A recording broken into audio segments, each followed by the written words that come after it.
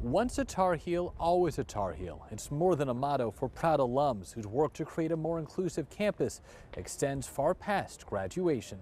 From Chapel Hill, all of my time as a youth, I wanted to attend UNC at Chapel Hill. to Capitol Hill, Congresswoman Valerie Foushee knows about the fight for progress. We have to keep our eye on the ball and not rest on our laurels.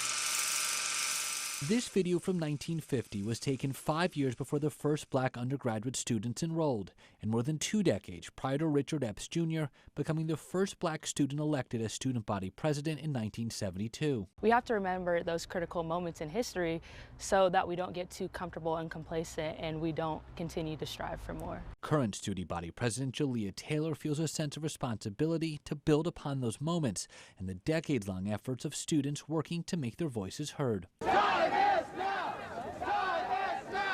There was a number of people who led the charge, if you will, with regard to not only apartheid and what's happening in South Africa, but also making sure that the situation here at UNC was right. Alan Younger was a student here from 1985 through 1990 and serves as planning committee chair for the UNC Black Alumni Reunion.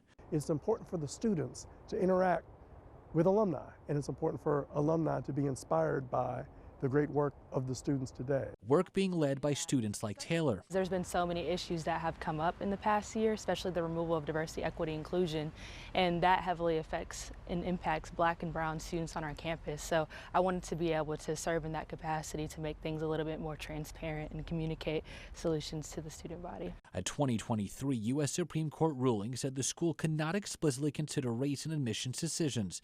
That year, the freshman class was made up of 10.5% black or African American students, a figure which dropped to 7.9% a year later.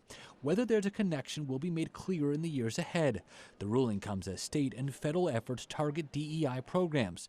It only enhances the importance of bridging generations, a practice playing out today as Taylor serves as an intern in Congresswoman Foushee's office. This is the institution that you want to attend, and you know that you're qualified. Don't let all of the rhetoric stop you from taking the opportunity to be successful. In Chapel Hill, I'm Michael Perchik, ABC 11 Eyewitness News.